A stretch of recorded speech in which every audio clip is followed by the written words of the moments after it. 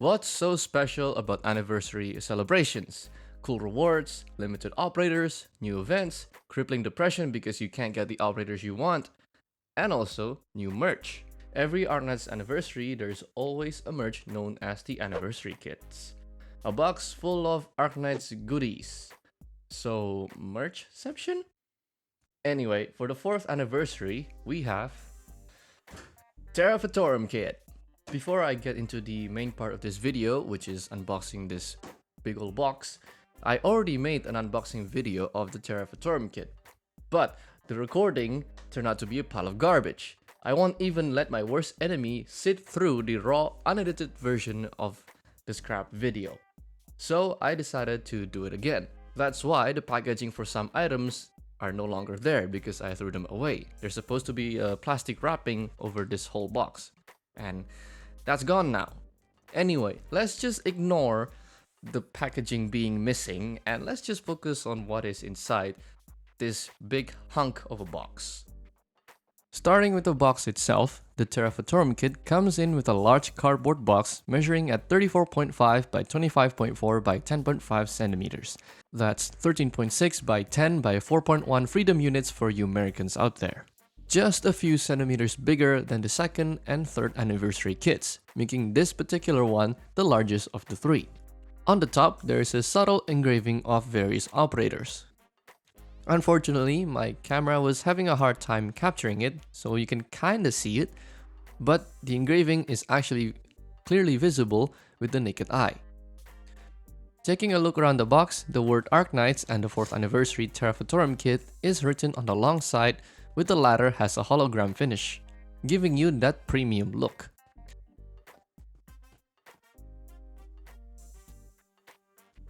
The bottom of the box has the material list and the box material and dimensions. Nothing interesting here. Upon opening the box, you are greeted with PRTS welcoming you home, and looks like there's a slight scuff on the right side. Anyway, the first 2 items provided in the box are 2 types of postcards. First is a special 4th anniversary postcard with a message and an illustration. This particular one is by Tamotaro featuring Ak. Flipping onto the back side, it's mostly blank and only an illustration covering the bottom part of the postcard. The other postcards are a series of artworks of various operators. The first one is our beloved pink cat, which is the same illustration for the live wallpaper for December 2023.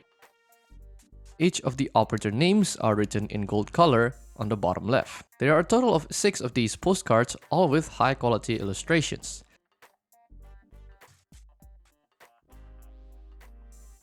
I forgot to show it in the video, but the backside has a black and white version of the same illustrations, as well as the names of the operators featured on the artwork.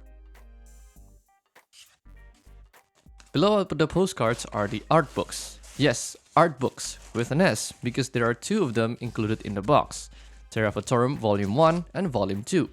The cover has a semi-glossy finish, adding a nice variety of texture, but produces quite a harsh glare under my lighting setup.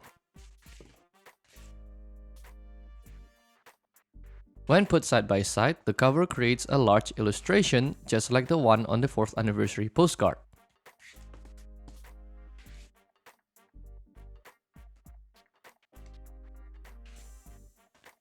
Looking at the spine, we can clearly see the size difference between the 2 art books. Volume 1 appears to have double the thickness than Volume 2. The first few pages of Volume 1 shows the catalog of all 77 illustrations in the book alongside the ID number, names of the artists, and operators. If you want to see a particular illustration from Volume 1, in the comments, pick a number between 6 and 82, which corresponds to the illustration ID, and I will showcase them in the community posts. Volume 1 illustrations show a snapshot of the operator's daily activities and actions that took place in certain events in Arknights.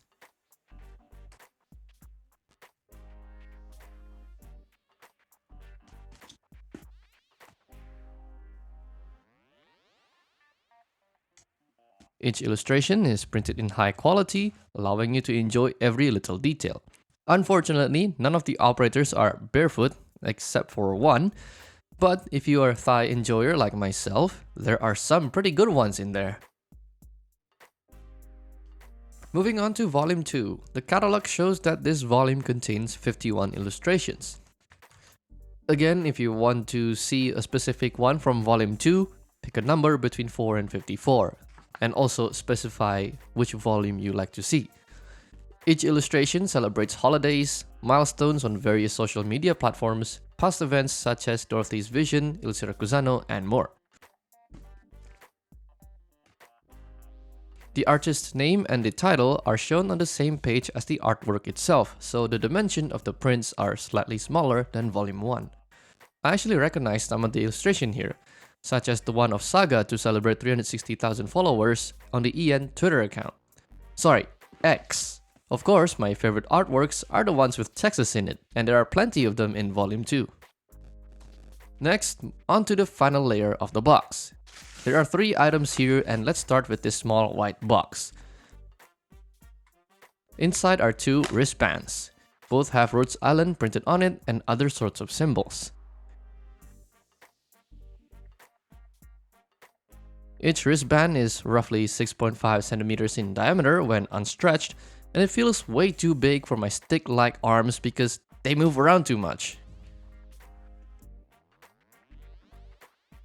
The next item is the headhunting box. If suffering from the in-game gacha is not enough, now you can experience it in real life with a smaller operator pool and without going into depth. The like button is also free, so don't forget to click it if you enjoyed the video. On one side of the box, there is a small slot where the cards slide out. To get it out, you just have to shake it violently. The first card is Chongye and the Beans. I do quite like the chibi style that they're going here, and it fits perfectly with the small cards. Alright, the second card is... Oh, hello there, Texas.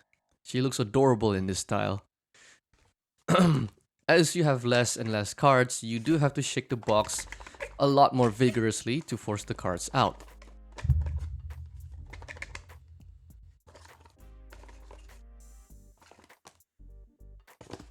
In total, there are 12 headhunting cards.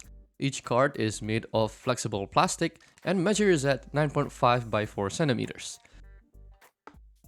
Let's put away the cards for now and shift our focus to the box that holds it.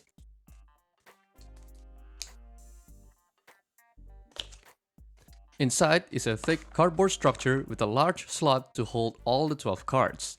Refilling the cards by taking out the cardboard inside is the easiest method because the smaller slot on the outer cardboard makes it harder to slide in the cards.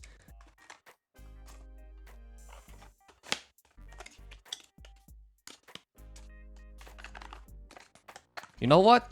Every time I'm about to pull for an operator, I will use this to determine my gacha luck.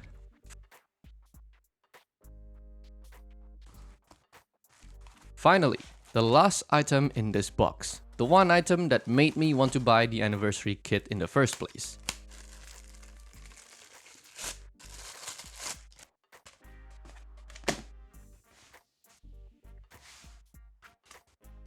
This is a table mat. In other words, it's just a giant mouse pad measuring at about 70 centimeters long and 28 centimeters wide. Yes, I only have a 20 centimeter ruler, and this did took a while to measure the entire length, and my measurement might not be accurate. On the bottom right, the text Arknights is written in a handwriting style, just like on the side of the box. In the center of it all, Arknights is printed in a giant bold font.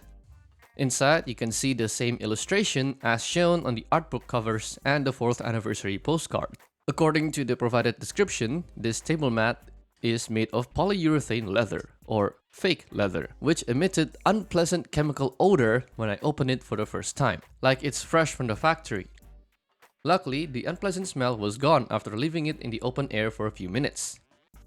Cancerous smell aside, this fake leather has a smooth surface, allowing your mouse to glide effortlessly. However, using fake leather as a mousepad has a small issue.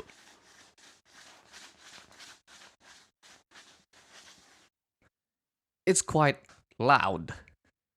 Here's a comparison with my Corsair mousepad.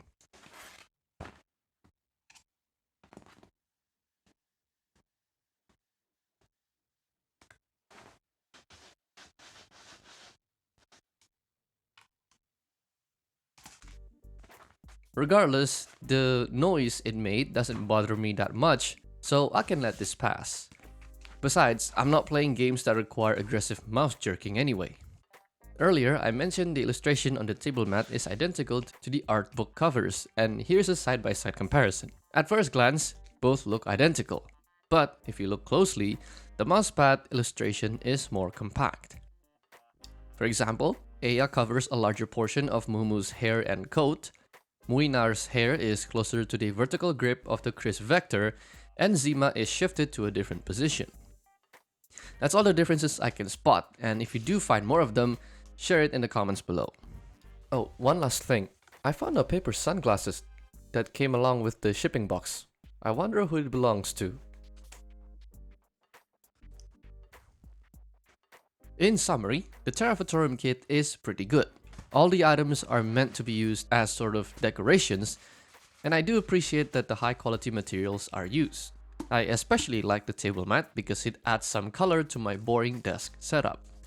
My only problem with the Terra Fatorum kit is the price. 70 euros is very steep for the amount of stuff you get. Especially if you live in the EU, you're paying almost double the amount because shipping costs an arm and a leg, and you have to pay 20% tax on top of it. Yostar really needs to sort out the ridiculous shipping fee because it's a major friction that keeps customers from buying Arknights merch. Expensive pricing aside, I don't regret buying the Terra Fatorum kit, and I will enjoy every bit of it. I still haven't explored all of the artworks in the art book yet. Before I end the video, let me tell you something interesting that happened while I'm waiting for my package to arrive. A few weeks after I picked up my Terra Fatorum kit, Yostar sent me another one. So now I have two of them. I'm not sure what to do with the second box yet. Perhaps a giveaway event will be a suitable occasion. Well, anyway, that's all I have to share about the 4th anniversary Terra Fatorum kit. Give this video a like if you enjoyed, and I will see you in the next one.